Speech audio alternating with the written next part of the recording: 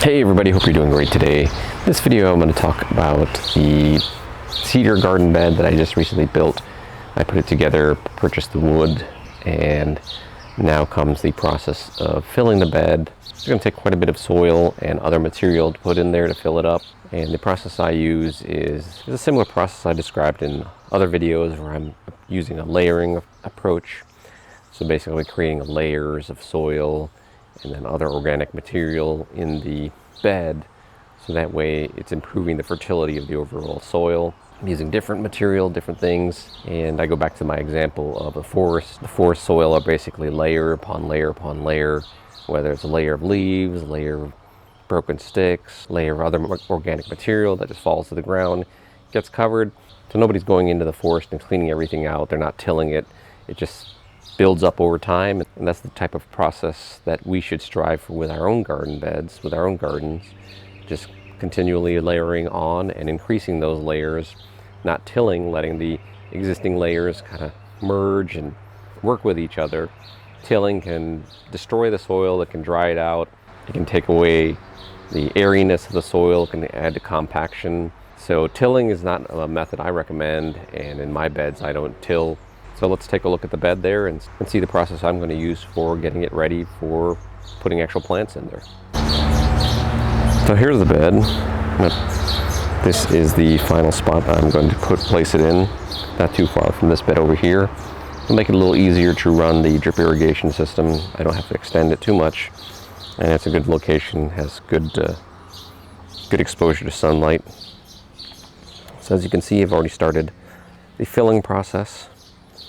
One thing I did do to the bed is added a galvanized fence on the bottom there, and really what that's mainly for is just to help prevent moles from coming up under the bed. We do have moles in this area, so one of the ways I keep them out is by using this fencing over here, and that'll prevent them from coming from underneath the bed. As you can see, I've started layering it with sticks. These are sticks that I picked up from around my yard, sticks that have fallen off of trees, dead branches, some older than the other, pieces of bark. And I've already started bringing my bags of soil down, which I keep up by the garage. So I need to pick up more, definitely need to pick up a lot more soil bags. I'll be doing that here shortly. And basically what I'll be doing is I'll just be layering it. So start with the sticks over there. I'll see if I can get some more, put some more in there. There'll still be plenty of more soil that I need to put on top, but before I do that, I've got about 3 buckets of bokashi compost that are ready to use.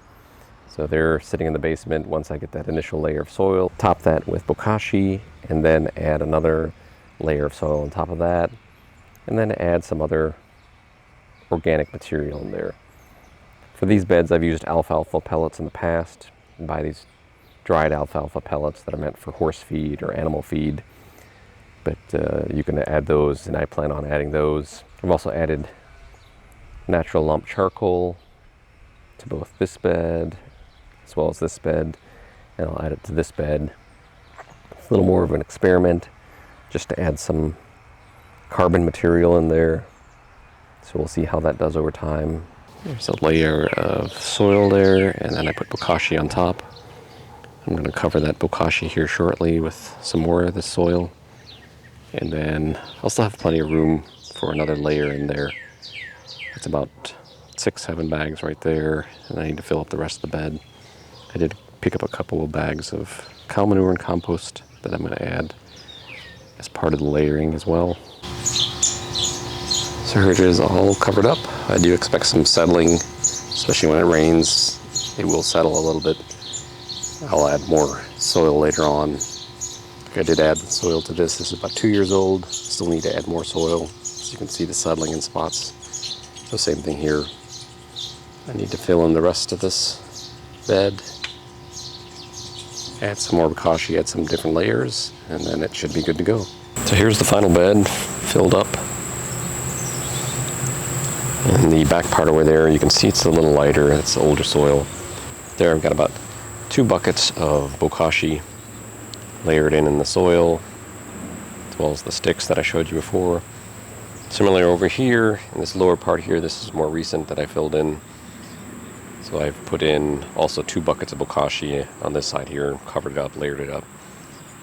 So it did take a little while, because I'm using bags of soil from my local Home Depot, and I don't want to overload my car. I just bring like 6-7 bags at a time just to not overweigh my car down, and then just get a bunch of bags.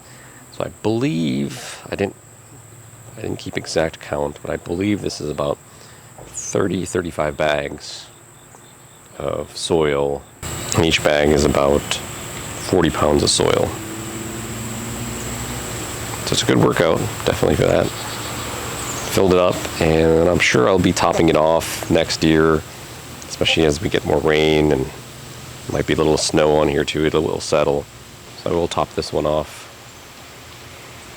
next season sometime. That's all I have for this video. Hope you found it informative. If you did, please hit that like button, and feel free to drop a comment in the comment section below.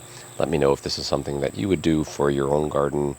Would you set up a bed like this, and rather than using the store-bought soil, the bag soil that I bought, is there some other type of soil you use? Where do you get your soil from? Where do you source it from?